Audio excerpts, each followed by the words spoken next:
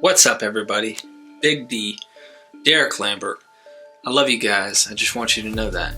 I had the privilege to be able to fly out to Buffalo, New York and visit Chandalin and Richie Weber. They're two people who are part of the recovery community. They do a lot of outreach. They do community outreach. And they also help me get on the team to help other addicts who need help getting clean, get clean. I mean, I never had resources before, and today I actually have the privilege to be able to work with them and help addicts. You guys have seen me for 4 years, and if you're new to the channel, I was 5 days off of heroin on a couch detoxing. Totally miserable, withdrawing, and I got to talk to Richie Weber, do an interview with him while I was there. So I hope you guys enjoy this. Make sure you go subscribe to his channel, and if you're struggling and you need help trying to get into treatment, trying to find resources to get help, regardless of your insurance, regardless of what you got going on, reach out to me. My telephone number's in the description. I've got all the social media platforms. And for those of you who are fans who've been watching for a while, go over to Facebook if you have one and like my Facebook page, Derek Lambert, Rewired Addiction. And you guys can join my Discord. I got the recovery community there, all that good stuff.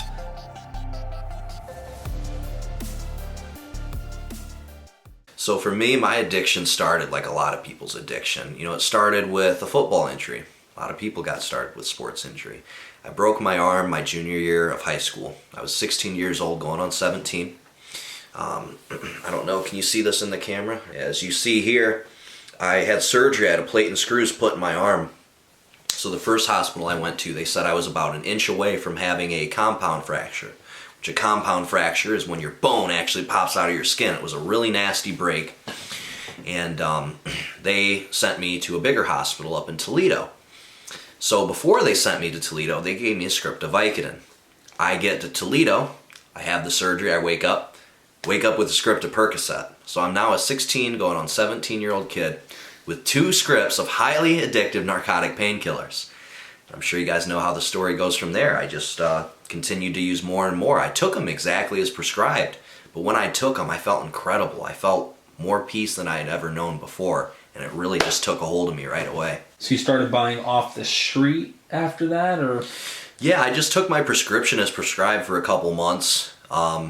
Didn't really buy or sell them or anything.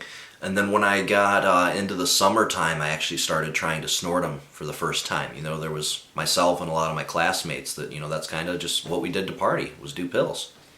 So you went from painkillers, and you did those for years, I'm sure. Mm-hmm. You probably tried quitting many times, probably did quit, I suspect. Yeah, no, I did the painkillers for years and years. Would stop for a little while, then start using them again. And then I finally got to the point that, like, I knew I was addicted. And, you know, I tried stopping and the withdrawals were horrible. And I just couldn't make it through it. And I remember I was really sick one day. And I couldn't find any pills. And one of my friends came to me and they said, hey, you know, I got something that's a lot cheaper. And it'll make you feel a lot better. So I tried heroin for the first time. And within, I think, a week of trying heroin, I was starting to inject it. Wow, that was going to be my follow-up was... Did you start snorting it? And you know it's difficult out there finding certain heroin isn't powdery form. So now you've got sticky, how are you going to sniff it? So, wow, okay, so were you afraid of needles and stuff like when you started? I'm terrified of needles. Even to this day, like when I go to get blood taken, I almost pass out. Me and Shanda did these like vitamin infusions just a week or two ago. And like literally they had to lay me down on the seat because my blood pressure went down to 100/50 because I just hate needles that much. But that's the insanity of addiction. Like I did something that I absolutely hated. You know, the first couple times I had to have somebody tie me up and shoot me up because I couldn't do it. But eventually I would be so sick I wouldn't care. I'd be digging around for a vein all day. So fentanyl, did you find fentanyl, or when you were using, because this was 5 years ago plus, was fentanyl like, it wasn't as prevalent when I was still using as it is now? I know sometimes you probably got a hold of it, I suspect. Yeah. Could you tell the difference immediately? Yeah, so when I was using it was about 5 years ago, you know, so it was a different time back then. And fentanyl really didn't start to be a thing until the end of my run, thank God, or I would literally be dead. You know, I was doing half-gram shots at a time sometimes. Towards the end of my run, though, I got fentanyl a couple times, and every time I did, I overdosed. And my last 2 overdoses, in fact, were from fentanyl. My very last overdose, I actually died. I was laying there dead on my mother's bathroom floor. She was giving me CPR, and that's literally the only reason I'm not brain dead. So my mom's giving me CPR frantically, trying to keep her son alive. I'm laying there, and I wake up, and the EMS is all around me. I'm fighting off 5 different cops. I got told a story later that I guess I bit my tongue. I was spitting blood everywhere. It took like 5 cops to hold me down, and it was just a total mess. I got new charges, and it was just bad all the way around. And I found out, I think 2-3 years later, once I got clean and shared my story, that I guess the night I overdosed, there was another guy in a town 10 miles away that overdosed and died from that same batch of heroin. That's how close I came to dying. How'd you get clean? So what finally changed for me was November 6, 2014. I had to turn myself into jail. My mom stopped enabling me. And for any moms out there that are watching this video, or anybody that has a loved one that's watching this video, if you have a loved one, stop enabling them. It's going to save their life. You ask any recovering addict what changed for them, they'll say, my parents stopped enabling me. My wife stopped enabling me. Whatever it may be. So my mom stopped enabling. She said, Richie, you got 2 choices. You can either go turn yourself into jail so that I don't have to pay this $5,000 bond over your head, or you're cut off. I'm not helping you out anymore. I'm not giving you money. I'm making sure your grandma doesn't give you money, and you can't stay here anymore. So I said, damn. I could tell she was serious this time. She had threatened it before, never followed through. Could tell she was serious this time. She had enough of my stuff. So I turned myself into jail. I'm in there for a couple days, detoxing, withdrawing, going through it. My mom comes to visit me in jail like she always does. She said, Richie, I have some bad news. She said, your friend Bryce, he overdosed and he died. He literally died the same day that I turned myself into jail. And I'd grown up with Bryce. He's a really good kid with a really bad problem. And unfortunately, his demons took him. But I'll never forget, sitting there in the visitation talking to my mom. She started crying. She said, Richie, I thought about how that could have been you so many different times. I thought about how that could have been my son dead on my bathroom floor. And something about that hit me. It woke me up. And I realized, oh my God, I'm in jail for the 12th time. I've overdosed and died. Overdosed more times than I could count. My mom saved my life on 2 different occasions when I overdosed. And now my friends are dying. This thing's real, and I need to get a handle on it. I need to do something about this. So I went back to my jail cell, and I said that jailhouse prayer that probably everybody that's ever been to jail has said before, right? It's, God, please take this away from me. I'll do whatever it takes. Except this time I meant it. I meant it with every bone in my body and every fiber in my being. I meant this prayer. I got down on my knees, and I started praying harder than I ever have in my entire life. As soon as I started praying, I felt this sense of peace and calm wash over me, and I could feel the presence of God there. And I knew things were going to be okay, because I meant this prayer. And 5 years later, I'm still clean. And what do you do to stay clean? So what I do to stay clean now is a multitude of different things. Physical activity is a huge thing for me in my recovery. I like to lift weights, work out, run, get on the exercise bike, do mixed martial arts, do some jiu-jitsu.